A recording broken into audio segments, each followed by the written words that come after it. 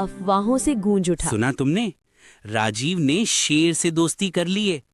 अगर शेर को इंसान का स्वाद लग गया तो सोचो हम सबका क्या होगा। गांव की पंचायत में फिर चर्चा हुई। चारों ओर सन्नाटा था। कुछ लोग उठे और बोले, राजीव गद्दार है। हाँ, वो शेर को ताकतवर बना रहा है। उसे पता है कि वो क्या कर रहा है। तभी कुछ समझदार बुजुर्ग धीरे से खड़े हुए, शांत रहने का इशारा किया और बोले, नहीं, रुको, हमें इतनी जल्दी फैसला नहीं करना चाहिए। क्या पता राजीव के मन में कोई गहरी चालाक योजना चल रही हो। एक शाम शेर आलस से डकार लेते हुए बोला, लकड़हारे सुन, इन छोटे मोटे जानवरों से अब मेरा मन भर गया है। मुझे अब कुछ बड़ा चाहिए, कुछ ऐसा जो सच में ताकत दिखाए, जैसे इंसान। राजीव का दिल धक से रह गया, मगर उसने चेहरे पर डर नहीं आने दिया।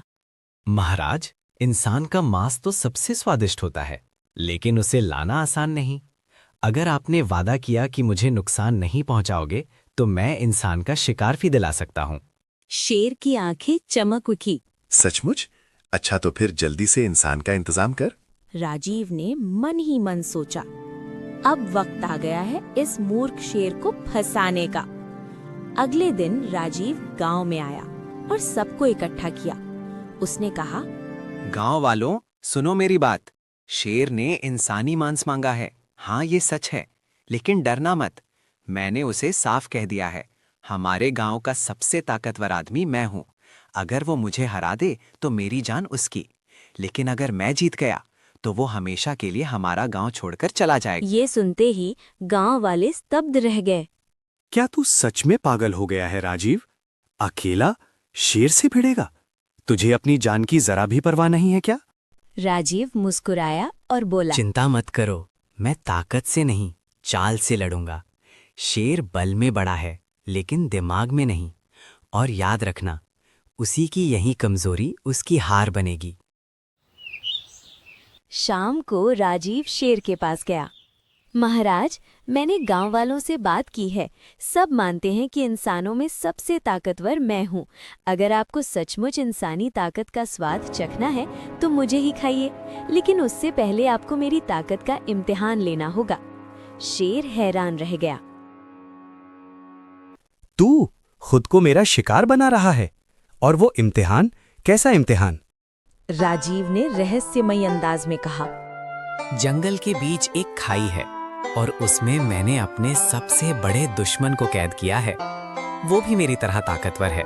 अगर आप उसे हरा दो तभी आपको मिलेगा हक मेरे मांस का स्वाद चखने का।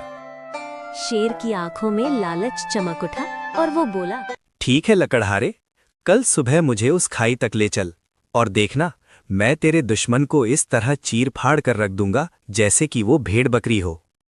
राजीव मुस्कुराया और मन ही मन कहा, बस यही तो चाहता था मैं। सुबह का समय था। जंगल की हवा में अजीब सी ठंडक और सन्नाटा पसरा हुआ था।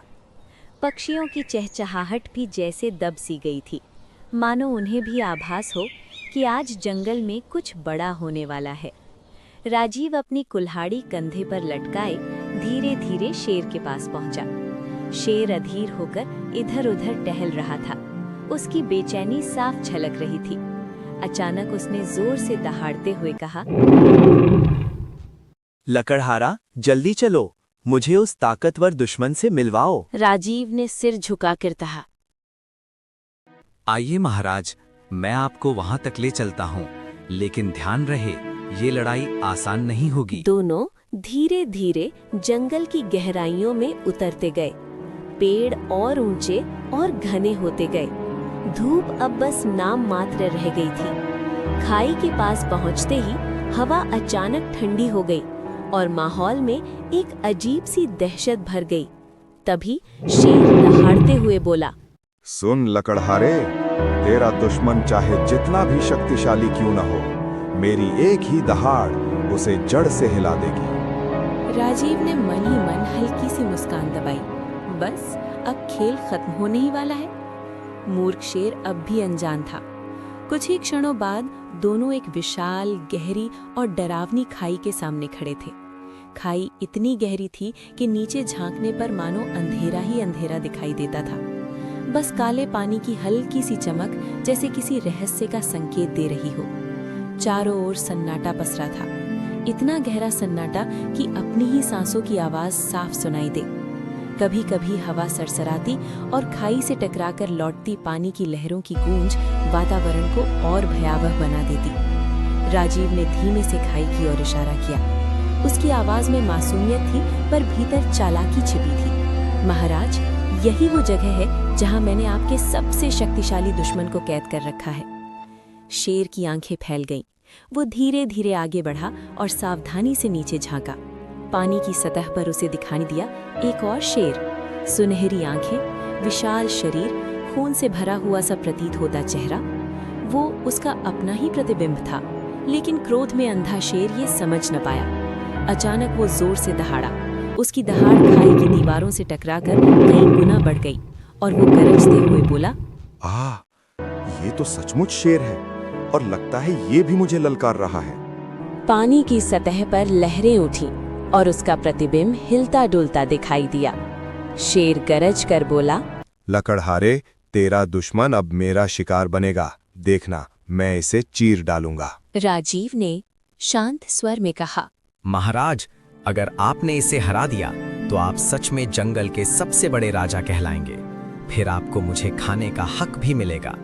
शेर ने छाती फुलाई और दहाड़ते हुए कहा, हाँ, मैं साबित कर दूंगा कि जंगल में मेरा कोई मुकाबला नहीं। वो उछलने के लिए पीछे हटा।